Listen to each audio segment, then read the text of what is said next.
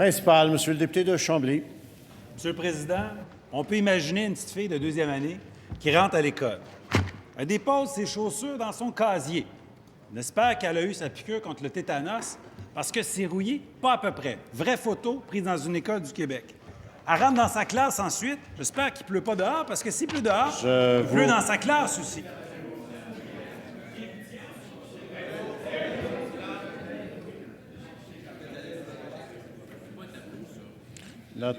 Notre règlement est assez clair. Ici, vous pouvez avoir un tableau, un matériel pédagogique, mais pas des photographies. Oui, on a déjà vu ça. Alors, je vous invite à reprendre votre question ou à continuer votre question, mais sans vos photographies. Monsieur le leader du groupe de position. Monsieur le Président, je comprends le règlement. Je comprends peut-être le malaise pour certains députés ou certains ministres de voir ces photos. Je demande le consentement de tout le monde pour qu'on puisse vous démontrer l'état de cette école. Consentement, s'il vous plaît, Monsieur le Président. Est-ce que vous voulez déposer vos photos? Est-ce que vous voulez consentir à passer à côté de notre règlement, Monsieur le leader du gouvernement? Je souhaite pouvoir les voir de façon très proche alors qu'il les dépose. Alors, laissez vos photos sur votre bureau et vous les déposerez à la fin de votre question, Monsieur le député. Une à une? Faites les déposer. Alors, ici, on peut voir. Ça va. Je pense que l'apport pédagogique que vous vouliez faire a été fait. Vous les déposerez à la fin ensemble, s'il vous plaît. Posez votre question. Quand elle arrive dans sa classe, comme je le dis, s'il pleut dehors, il y a des chances qu'il pleuve dans sa classe. Il y a des toiles en plastique qui sont collées pour dévier l'eau. Et il y a aussi, je n'ai pas pu la montrer, mais il y a une photo où on montre clairement que pour calfeutrer des fenêtres dans certaines classes, c'est du duct tape qu'on utilise, Monsieur le Président. C'est pas des farces, on ne peut pas voir la photo, mais c'est vrai, les fenêtres sont calfeutrées au duct tape. Et il y a des toilettes qui sont condamnées dans certaines classes. Il y avait une image qui montrait que celles qui ne sont pas condamnées, bien, il y a du monde qui attend les jeunes aux toilettes. Rouille, champignons, moisissures. Voici ce qui attend autour des toilettes. Je pourrais vous montrer l'image, malheureusement, on ne l'a pas. On peut se demander comment on est venu à avoir au Québec des écoles, des fois, qui sont dignes du tiers-monde. Moi, je peux juste se demander qui a gouverné depuis 12 ans. Est-ce que vous allez demander un dépôt? Monsieur le député de Chambly. Allô? Alors, consentement pour le dépôt? Consentement pour le dépôt? Je ne demande pas de consentement pour le duct tape. Monsieur le ministre, c'est à vous la parole. Merci, Monsieur le Président.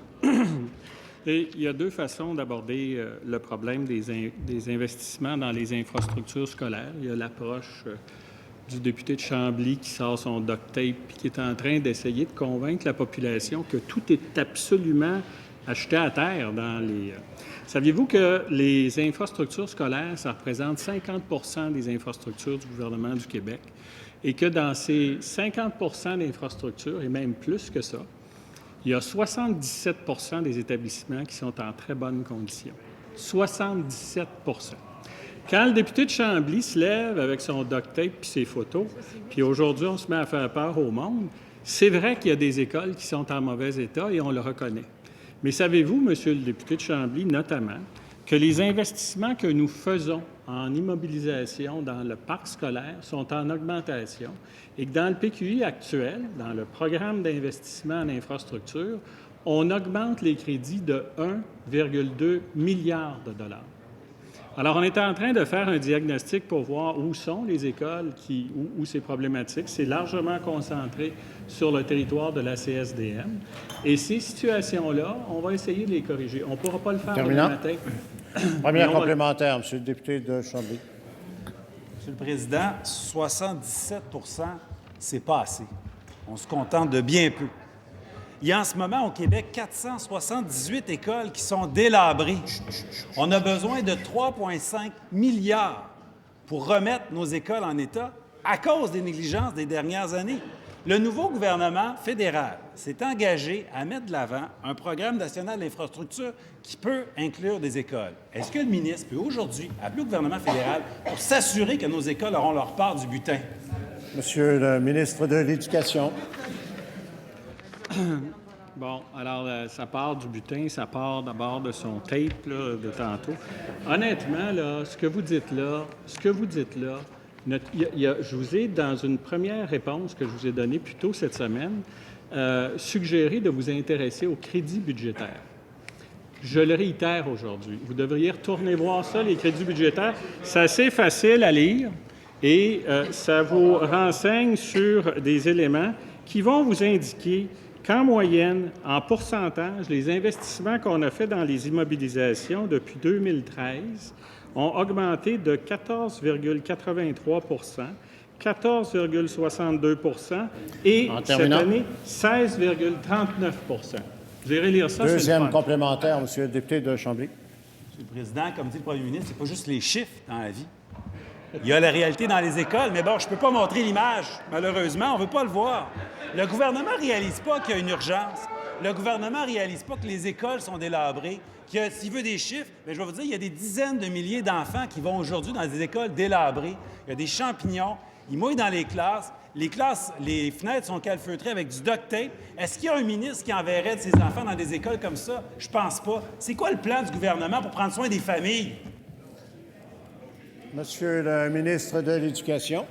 Bien, moi, je pense que le plan d'augmenter, je comprends que dans la vie, il n'y a pas juste les chiffres, je comprends que c'est votre chef qui vous a suggéré ce début-là, mais dites-vous une chose, là, il est sûrement d'accord, le chef du deuxième groupe d'opposition, avec le fait que le gouvernement augmente les investissements dans les immobilisations. Et c'est ce qu'on fait année après année après année.